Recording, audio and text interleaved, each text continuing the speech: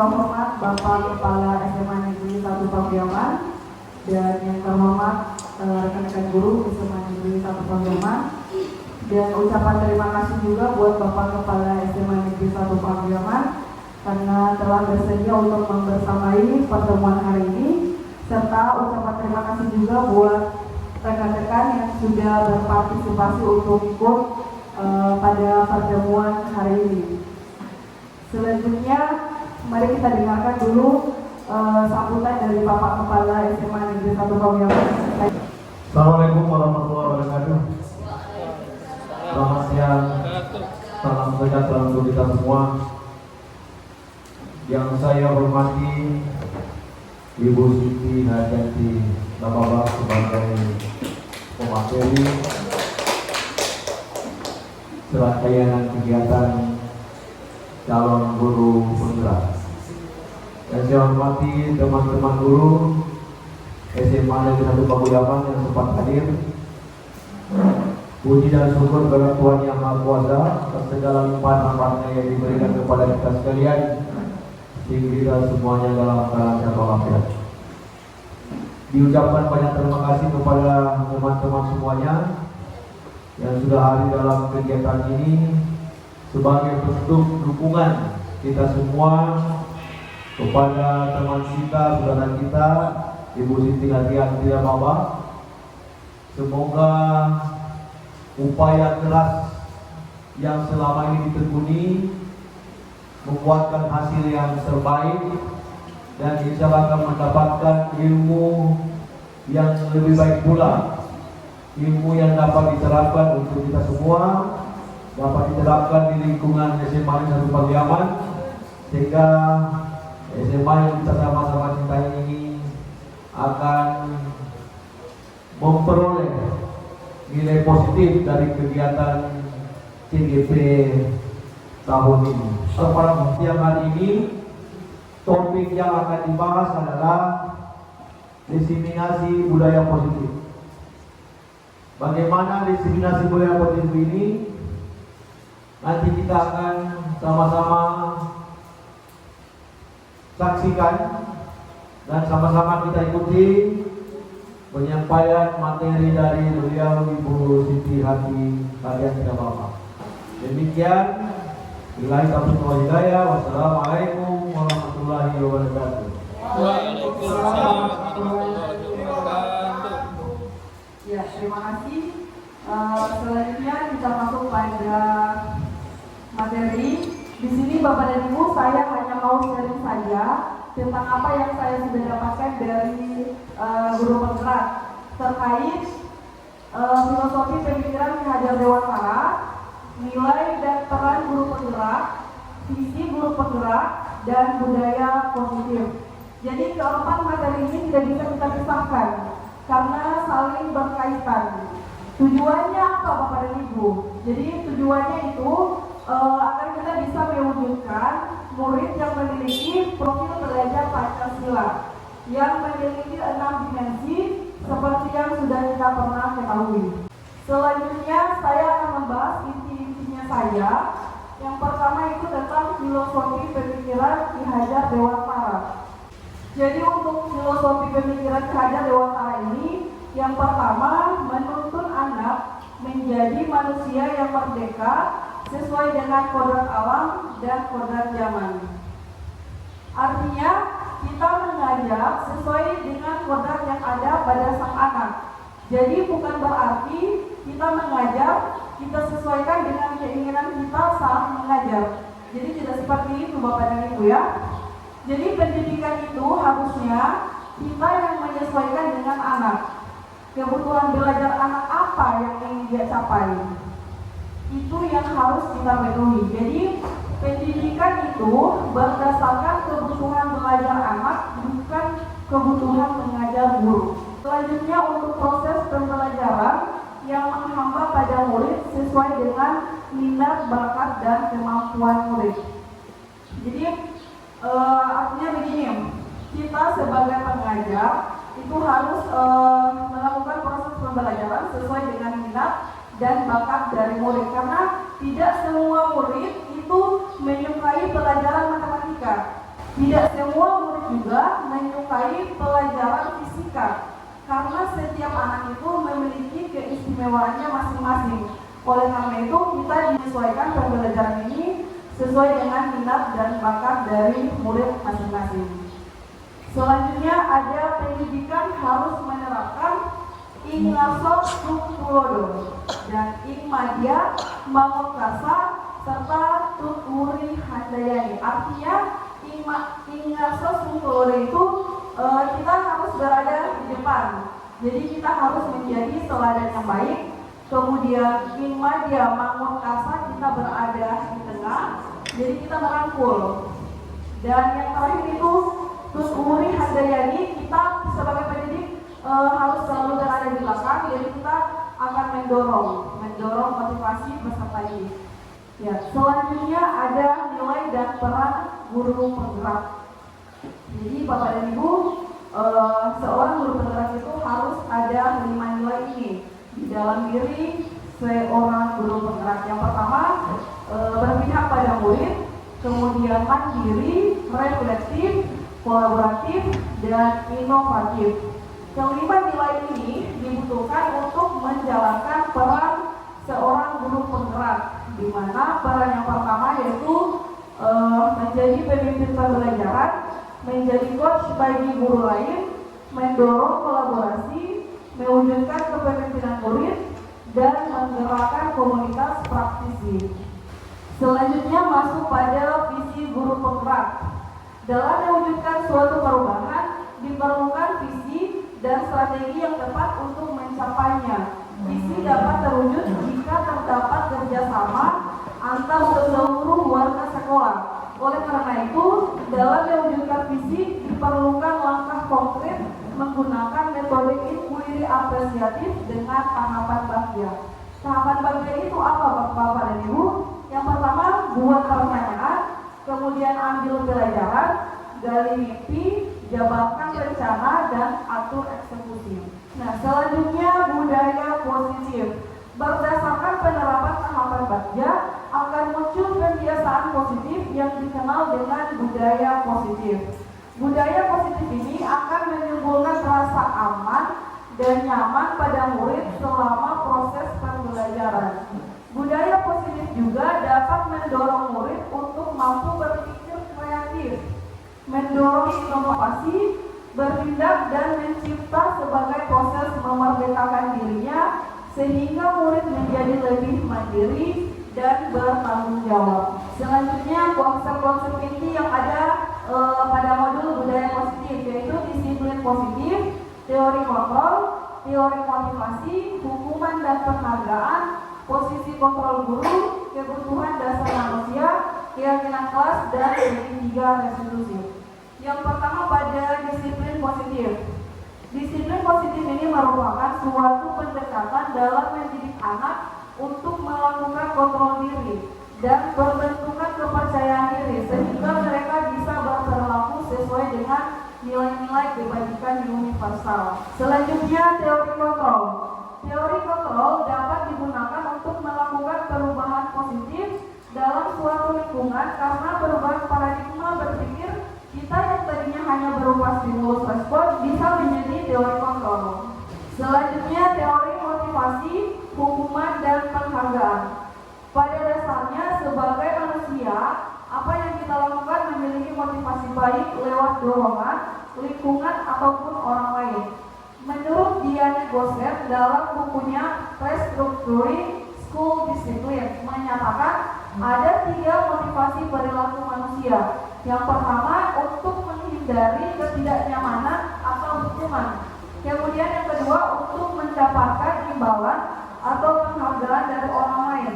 Yang ketiga untuk menjadi orang yang mereka inginkan dan menghargai diri sendiri dengan nilai-nilai yang mereka percaya. Selanjutnya keyakinan kelas. Keyakinan kelas ini adalah suatu kesepakatan disiplin positif yang dibuat bersama oleh warga kelas untuk membangun budaya positif yang berdasarkan nilai-nilai kebajikan. Jadi contoh dari keyakinan kelas ini misalnya dalam tepat waktu yang tadinya ini peraturan diubah menjadi keyakinan kelas biar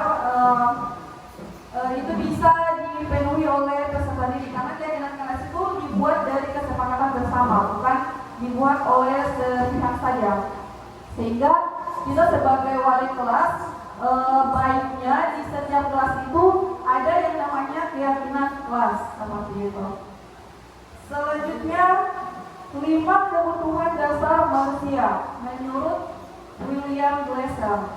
Yang pertama, kebutuhan bertahan hidup, kasih sayang dan rasa diterima, penguasaan, kebebasan, dan kesenangan. Selanjutnya ada 5 posisi kontrol guru. Jadi Bapak dan Ibu, di sini kita akan merefleksikan kira-kira selama bertahun-tahun Bapak dan Ibu mengajar berada di posisi kontrol yang mana? Yang di posisi kontrol menghukum, posisi kontrol membuat merasa bersalah, atau posisi kontrol teman, posisi kontrol pemantau, dan atau posisi kontrol manajer. Oke, selanjutnya untuk merefleksikan kita bisa berada di posisi mana? Mari kita saksikan dulu bersama video berikut. Jadi silakan disaksikan video. Bapak dan Ibu bisa merefleksikan kira-kira berada di posisi kontrol yang mana. Bapak Guru hebat dalam penerapan disiplin positif restitusi. Salah satu program yang dikembangkan adalah 5 posisi kontrol. 5 posisi kontrol dalam restitusi adalah proses perjalanan seorang pendidik agar dapat mengenali dirinya. Pada video kali ini, kita akan membahas tentang 5 posisi kontrol yang digunakan oleh Diane Glasser dan contoh penerapannya.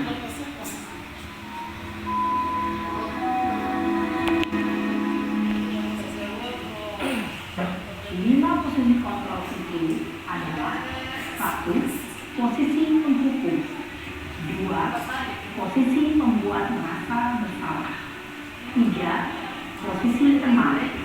4. Posisi pemantau atau monitor. Dan 5. Posisi manajer.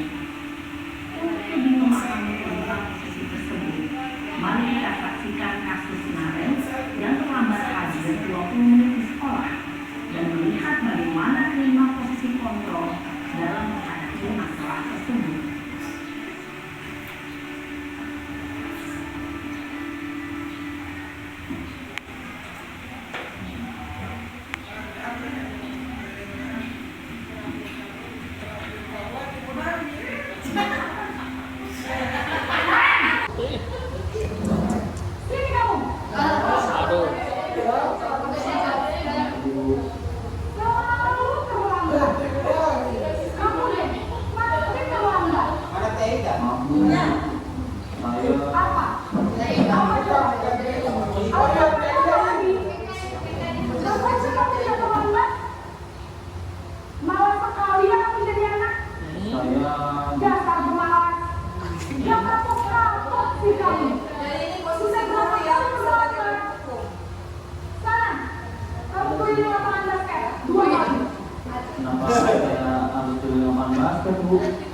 Kenapa? Kamu orang ibu berani-beraninya jawab sudah terlambat masih berani jawab pula. Sekarang beri 5 lapangan basket 5 kali sekalian. Biar kapal. Cepat pergi sana ke lapangan basket. Posisi penghukum biasanya berbicara dengan nada tinggi, menghabis, menunjuk-nunjuk, menyakiti, dan menuduh. Hukuman bisa berupa fisik maupun psikis. Ibu dan bapak guru, dampak yang terjadi pada murid ketika guru berada pada posisi pada waktu guru akan memberontak, bahkan menyerang dengan.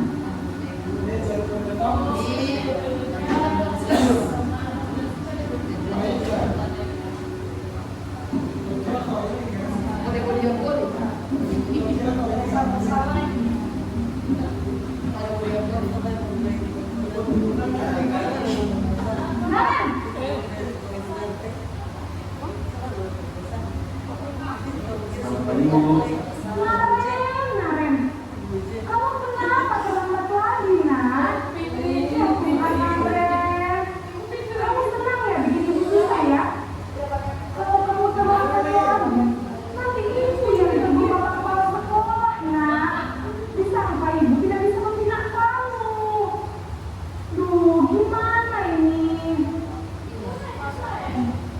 Bu. Duh, Gusti Naren. Kamu suka ya kalau ibu tegur bapak kepala sekolah? Terus, sekarang ibu harus tulis apa ibu absen? Ini kan sudah sering terlambat loh. Ibu harus apa coba? Maaf Bu, maaf. Ya sudah, lain kali jangan bikin ibu pisah lagi ya nak ya. Ibu tidak akan kuat lagi kalau kamu begini terus. Bisa jantungan kalau ibu ditegur bapak kepala sekolah. Sekarang cepat kelas. Maaf ya Bu, maaf sekali. Posisi membuat rasa bersalah berbicara dengan nada tenang, cenderung lembut. Namun kata-kata yang diutarakan membuat murid merasa menjadi orang yang gagal, memandang buruk dirinya sendiri, merasa tidak berharga, dan tidak sanggup membahagiakan orang lain. Ketika guru mengambil posisi pembuat rasa bersalah, murid akan menganggap dirinya yang bersalah dan ia akan menyimpan emosi negatif tersebut di dalam dirinya.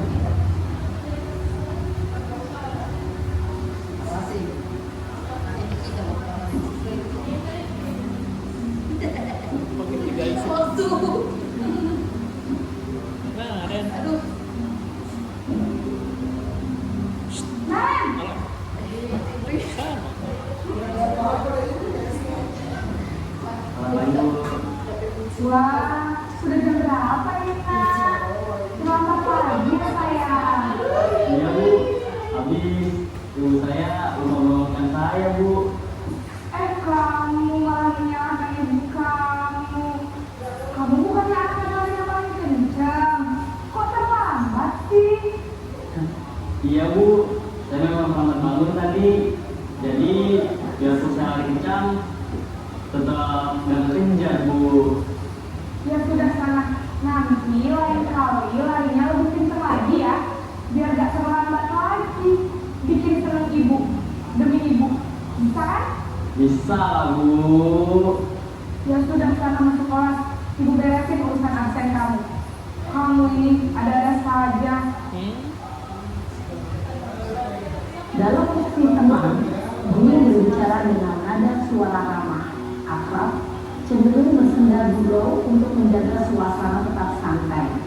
Murid akan merasa senang, aman, dan akrab dengan guru. Identitas yang tercipta adalah identitas sukses atau berhasil. Namun, perlu diingat, karena ini masih dorongan eksternal, maka ada faktor ketergantungan dari murid kepada orang tertentu. Di sini, guru absennya, sehingga di lain waktu, murid bisa berperilaku baik, namun hanya kepada orang-orang tertentu saja.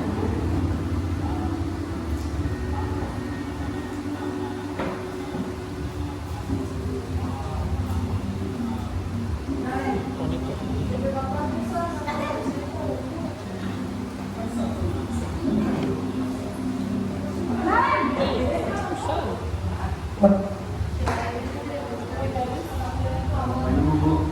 Naren, apa peraturan sekolah kita tentang jam berapa kita harus masuk sekolah, nak? Kita harus di sekolah jam 7 Bu. Iya betul. Sekarang sudah jam 7.20. Naren sudah tahu konsekuensinya jika terlambat hari. Paham Bu, saya harus tinggal kelas pas jam istirahat selama 20 menit. Iya benar, konsekuensinya demikian. Jadi nanti jam 9.30 pas istirahat, kamu harus tinggal di kelas, kerjakan tugas tambahan untuk ketinggalan kamu, ya? Baik Bu. Posisi pemantau mengandalkan penghitungan atau data untuk mengontrol murid. Guru mengarahkan murid berdasarkan peraturan dan konsekuensi.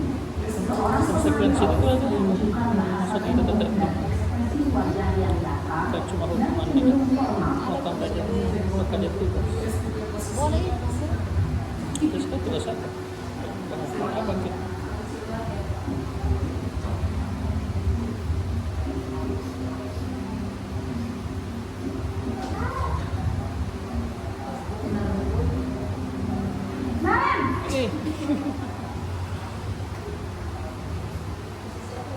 Selamat pagi Bu. Selamat pagi, Naren. Maaf Bu, saya terlambat.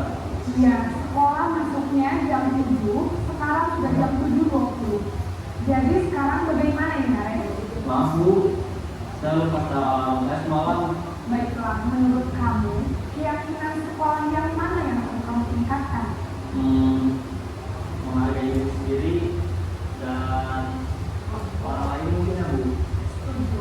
Jadi, apakah Naren yakin prinsip saling menghormati tersebut? Iya Bu, saya meyakininya. Apakah Naren bersedia memperbaiki masalah keterlambatan ini? Bersedia Bu. Bagaimana kamu akan memperbaiki masalah keterlambatan ini? Saya akan coba untuk tidak lupa menyetel alarm saya Bu. Baik, kalau Naren mau menyetel alarm di rumah, ada orang yang kira-kira bisa bantu mengingatkan tidak? Ada Bu, kakak saya, Kak Emma. Ada lagi selain Kak Emma? Selain Kak Emma, ada ibu saya. Baik, jadi yang mengingatkan Naren adalah Kak Emma dan ibu kamu ya. Kira-kira akan mulai setel alarm kapan nih, Naren? Setelah pulang sekolah, akan segera saya lakukan. Baik, jadi Naren akan setel alarm untuk bangun besok pagi dan akan diingatkan oleh kakak dan ibu dan Naren ya. Ada lagi yang mungkin perlu dilakukan, Naren, agar tidak terlambat bangun lagi? Tidak ada Bu. Baik, Naren, terima kasih untuk kerjasama kamu. Sekarang kamu perlu kembali ke kelas itu lagi. Baik Bu, terima kasih. Posisi manajer adalah posisi kontrol yang disarankan untuk membimbing murid memiliki sikap disiplin yang positif, yaitu murid yang mandiri, bertanggung jawab, dan dapat memecahkan masalah. Tujuan dari posisi ini adalah agar murid dapat berefleksi atas tindakannya.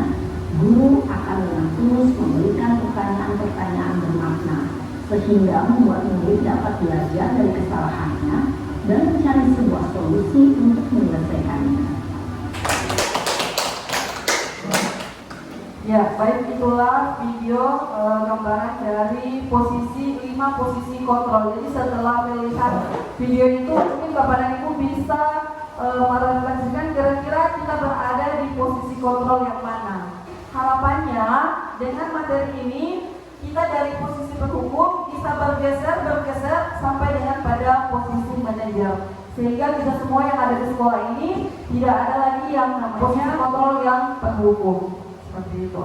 Ya, kita lanjut lagi untuk yang materi terakhir, yaitu segitiga restitusi. Jadi restitusi itu merupakan sebuah pendekatan untuk menciptakan disiplin positif. Restitusi adalah proses menciptakan kondisi bagi murid untuk memperbaiki kesalahan mereka, sehingga mereka bisa kembali pada kelompok mereka dengan karakter yang lebih kuat. Restitusi juga adalah proses kolaboratif yang mengajarkan murid untuk mencari solusi untuk masalah dan membantu murid berpikir tentang orang seperti apa yang mereka inginkan dan bagaimana mereka harus memperlakukan orang lain. Berikut ada ciri-ciri dari restitusi. Jadi restitusi itu bukan untuk menebus kesalahan, namun untuk belajar dari kesalahan. Restitusi itu adalah tawaran, bukan paksaan. Restitusi memperbaiki hubungan. Restitusi itu menuntun untuk melihat ke dalam diri. Selanjutnya ada 3 tahapan untuk pendekatan segitiga restitusi. Jadi yang pertama itu menstabilkan identitas, kemudian validasi tindakan yang salah, dan yang ketiga itu menanyakan keyakinan. Untuk lebih jelasnya, mari kita lihat dulu video terkait penanganan masalah menggunakan segitiga restitusi. Yusril sering datang terlambat sehingga banyak pelajaran yang tertinggal. Berikut adalah skenario penyelesaian masalah menggunakan segitiga restitusi. Yusril, tadi ibu mendengar laporan dari guru tiket, katanya kamu dari dalam ruangan ya.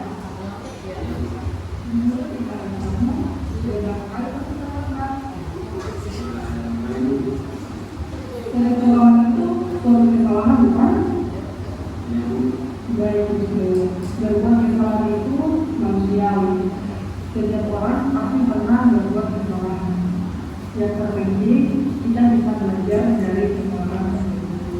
dan berusaha untuk memperbaiki. Setuju? Yusril tidak dari tahun pertama. Yusril dari dalam selamat pasti punya alasan. Kenapa sih Yusril berkata selamat?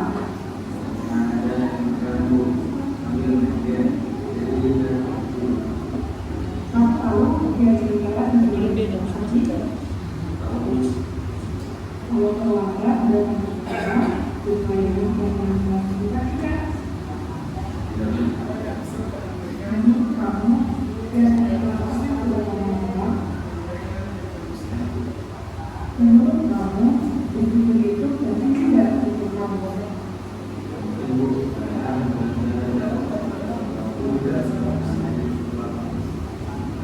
Yesus menghargai waktu itu berarti kita sangat bermanfaat kita.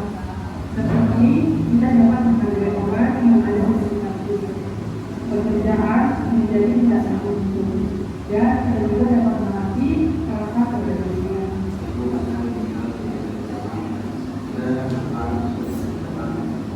Iya, jadi sikap yang sangat baik juga kamu lakukan dengan cara sederhana. Menurut kamu, apa yang Anda lakukan agar kamu tidak terlalu lagi berdoa?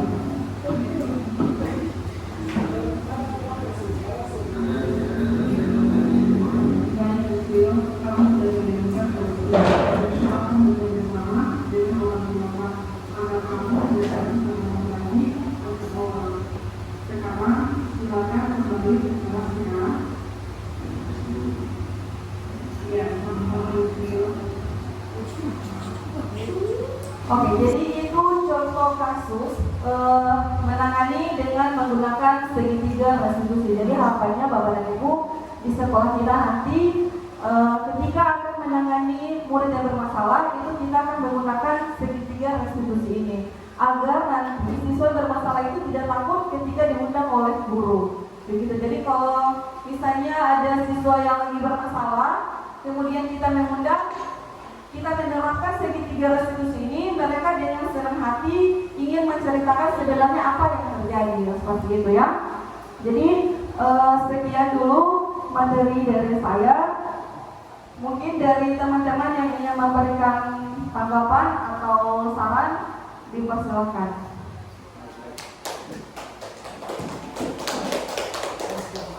Assalamualaikum warahmatullahi wabarakatuh. Saya tertarik dengan penanganan masalah dengan menggunakan segitiga restitusi. Kalau mengingat gambaran tentang segitiga ini sendiri, saya sendiri belum paham seperti apa modelnya. Apakah memang ada beberapa pihak yang dilibatkan seperti modelnya segitiga atau seperti apa yang dimaksudkan? Untuk segitiga restitusi yang itu tadi seperti yang Ibu yang disampaikan tadi itu berawal dari pada menstabilkan identitas, kemudian kita melakukan validasi tindakan yang salah, kemudian menanyakan keyakinan dua pandangan. Jadi ini langkahnya seperti itu. Memang ada 3 tahapan untuk segitiga restitusi. Jadi kalau misalnya ada siswa yang bermasalah, kita tidak langsung kenapa ini ya? Jadi supaya bisa menangani masalah itu dengan baik, kita menggunakan segitiga restitusi ini. Jadi yang pertama itu menstabilkan identitas, kita tanya dulu seperti yang sudah diperlihatkan di gambar tadi. Untuk menstabilkan identitas, seperti ini kalimatnya, setiap orang pasti pernah melakukan kesalahan. Kemudian kamu bukan satu-satunya yang pernah melakukan ini. Dan untuk yang validasi tindakan yang salah, itu seperti ini, kamu tentu punya alasan mengapa kamu melakukan ini.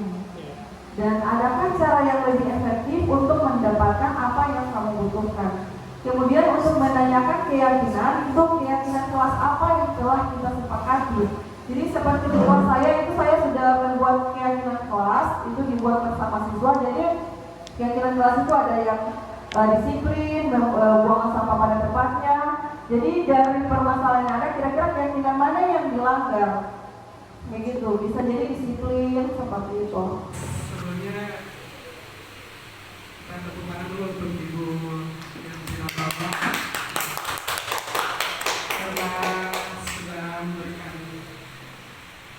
gambaran tentang bagaimana segitiga restitusi, kemudian ada posisi kontrol. Saya mau tanya tentang posisi kontrol. Bagaimana memposisikan kita sebagai guru itu, posisi kontrolnya itu kan diharapkan sampai yang menjadikan itu. Mau konsisten itu bagaimana caranya kira-kira supaya akan tetap terus berada pada posisi yang, karena kita pasti masih juga manusia biasa, ada emosional itu, kemudian siswa juga bermacam-macam karakter. Apakah kita memang harus langsung ke manajerial itu, atau ternyata untuk posisi kontrol penghukum ini juga bisa dilaksanakan, misalnya untuk mengefektifkan waktu, terlalu banyak yang terlambat misalnya, lalu orang secara restitusi kan lagi namanya bagaimana kamu tahu apa yang terjadi kan, apa yang selalu bawa. Ya, terima kasih pertanyaannya, bagus sekali ya dari Pak Sandi Koeno. Jadi begini Pak Sandi, kita sudah menjadi guru ini sudah lama ya, apalagi ada senior-senior sih, dan pembelajaran yang kita ketahui selama ini itu masih bersifat kolonial, masih menghukum, masih menjajah, seperti itu. Jadi untuk kita bisa berada pada posisi manajer itu minimal setelah dari mempelajari ini, minimal kita keluar dari posisi kontrol sebagai penghukum. Jadi bergeser satu langkah dulu tidak masalah. Dan jadi ini, jadi sekarang Bapak dan Ibu sudah mengetahui bagaimana 5 posisi kontrol, bagaimana itu segitiga restitusi. Harapannya dari sini kita mulai ubah, kita mulai bergeser sedikit saja dulu dari posisi menghukum bisa ke posisi pembuat merasa bersalah. Nanti lama kelamaan dengan sendirinya berjalannya waktu kita bisa akan berada pada posisi manajer itu. Oke, silakan Pak Fermi. Saya hanya tadi menyimak tadi pertanyaan dari Pak Sari. Mungkin bisa dikasih tips bagaimana kalau masalah waktu itu yang tadi Pak Sari bilang. Oh, tips. Iya, apakah bisa kiranya itu menambah personilnya untuk kita ini melakukan manajerial, atau langsung kita pakai yang metode penghukum ini? Terima kasih. Siap, terima kasih Pak. Jadi di sini Pak Fermin menanyakan tips. Mantap sekali. Jujur ya, saya sendiri belum ada tips untuk langsung ke situ karena saya juga baru memulai menerapkan ini untuk bisa berada pada posisi manajer. Jadi kamu sudah berapa tahun mengajar? 1 tahun? Ya, 1 tahun mungkin. Pak Sandi misalnya, Pak Sandi sudah berapa tahun? Sudah 12 tahun, sudah 12 tahun. Jadi tidak mungkin dengan yang 12 tahun yang sudah dia terapkan bisa dia rubah hari ini hanya dengan 1 hari. Jadi kita masih butuh proses, setidaknya kita sudah punya acuan untuk bisa berubah ke arah yang lebih baik. Begitu, bisa ke posisi manajer. Untuk tipsnya nanti insya Allah kita bisa bersama-sama membangun budaya positif di lingkungan SMA Negeri 1 Programa ini, sehingga tidak ada lagi yang namanya posisi kontrol penghukum. Kita semua bisa berada pada posisi manajer. Oleh karena itu saya minta dukungan dan kolaborasi bersama dari rekan-rekan sekalian, karena saya tidak bisa sendiri untuk beranjak dari penghukum ini ke manajer. Kita semua ini bisa terwujud apabila ada kolaborasi bersama dari teman-teman sekalian. Terima kasih untuk menanggapi hal tersebut tentang budaya positif. Memang kita harus berani memang mencoba keluar dari hal-hal yang tidak bagus, sikap-sikap yang budaya yang selama ini salah kita alami sudah pembenaran dan budaya. Memang kita harus berani keluar. Terima kasih. Ya, terima kasih. Selanjutnya, saya memfasilitasi murid dalam membuat keyakinan kelas terkait dengan budaya positif. Hal-hal yang masuk ke dalam kegiatan ini yaitu menjelaskan tentang keyakinan kelas di sekolah dan keterkaitan dengan budaya positif di sekolah. Tujuannya adalah untuk menumbuhkan dan menanamkan serta membiasakan nilai-nilai profil belajar Pancasila selama proses pembiasaan.